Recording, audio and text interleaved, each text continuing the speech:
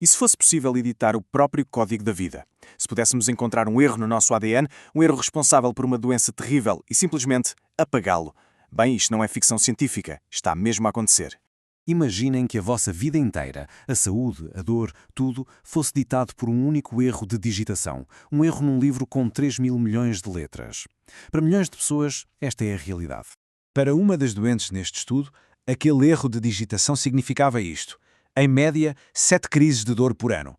Crises tão graves que obrigavam a ir para o hospital. 7 vezes.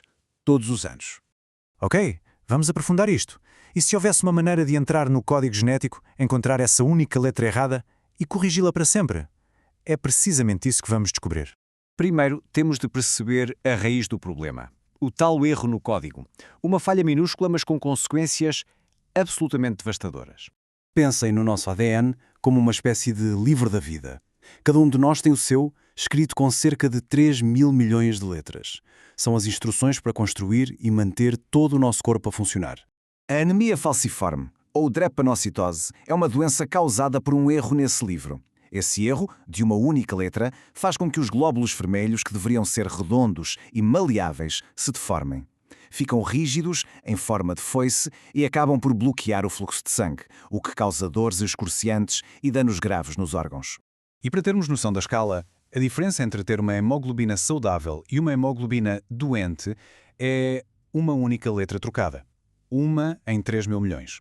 É o equivalente a encontrar um único erro ortográfico num livro gigante como Guerra e Paz, só que aqui esse erro tem consequências muito graves.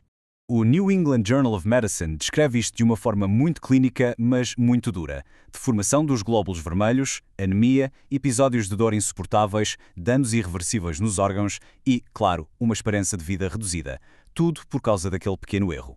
Mas então, como é que se corrige um erro tão fundamental? A resposta está numa ferramenta absolutamente revolucionária. Uma espécie de tesoura genética. E agora, preparem-se porque a parte mais fascinante é esta. E se a solução para isto já estivesse dentro de nós? E se os nossos corpos tivessem um código de reserva? Um código perfeito, desde o nascimento? Acontece que temos mesmo. Chama-se hemoglobina fetal. É o tipo de hemoglobina que todos produzimos em grande quantidade quando estamos na barriga da nossa mãe. E o mais importante de tudo, funciona na perfeição e a mutação da anemia falciforme não a afeta.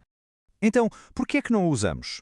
Bem, porque pouco depois de nascermos, um gene chamado BCL11A atua como um interruptor principal. Basicamente, ele desliga a produção de hemoglobina fetal. É um processo completamente natural. Portanto, a missão torna-se muito clara. Se conseguirmos encontrar este interruptor BCL11A e, de certa forma, parti-lo, podemos reativar a nossa cura natural. O corpo voltaria a produzir a tal hemoglobina fetal, que é perfeitamente saudável. E é aqui que entra em cena a tecnologia CRISPR-Cas9. A melhor maneira de pensar nisto é como localizar e substituir para o ADN. Ele usa uma gria para encontrar o sítio exato que queremos no nosso código genético e depois umas tesouras moleculares fazem um corte com uma precisão incrível. Vamos ver isto passo a passo. Primeiro, um ARN-guia é programado para encontrar o local exato do interruptor BCL11A. Segundo, as tesouras Cas9 vão até lá.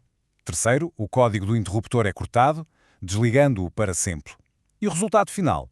A produção de hemoglobina fetal, a nossa cura interna, é reativada. Ok, no papel a teoria é elegante, sem dúvida, mas o que é que acontece quando se passa do laboratório para uma pessoa real, de carne e osso? Vamos ver os resultados do ensaio clínico. Esta é a pergunta que vale ouro. A teoria faz todo o sentido, a tecnologia é incrível, mas na prática, num doente que está a sofrer, funcionou mesmo? A resposta está neste gráfico. Antes do tratamento, a doente tinha, em média, 7 crises de dor graves por ano. 7. Depois do tratamento e durante mais de 16 meses, 0. Nenhuma. O fim de uma vida de agonia. E isto é tão importante que temos de repetir. Depois de um único tratamento, passaram-se mais de 16 meses sem uma única crise de dor. 0. Uma vida completamente transformada. Ora bem, vamos olhar para o sangue desta doente antes do tratamento. Quase 75% da sua hemoglobina era do tipo doente, a falciforme. A hemoglobina fetal, a que protege, era apenas 9%. E agora, vejam só o depois. 15 meses mais tarde, a hemoglobina fetal saltou de 9% para mais de 43%. A hemoglobina doente foi basicamente diluída. O que estamos a ver neste gráfico é uma cura a acontecer a nível molecular. E qual foi o resultado prático disto tudo? A doente tornou-se independente de transfusões de sangue. Deixou de precisar de receber sangue de dadores para sobreviver. O seu próprio corpo estava, finalmente, a produzir a sua própria cura. O artigo científico termina de uma forma muito cautelosa, como é normal, mas com um poder imenso. Estes resultados apoiam a continuação dos testes com CRISPR-Cas9 para tratar doenças genéticas. Isto é só o princípio. O que acabamos de ver foi o primeiro capítulo de uma era completamente nova na medicina. Uma era onde não tratamos apenas os sintomas, mas reescrevemos o erro que causa a doença. E a pergunta que fica no ar é: qual é a próxima doença até hoje incurável que vamos apagar do mapa?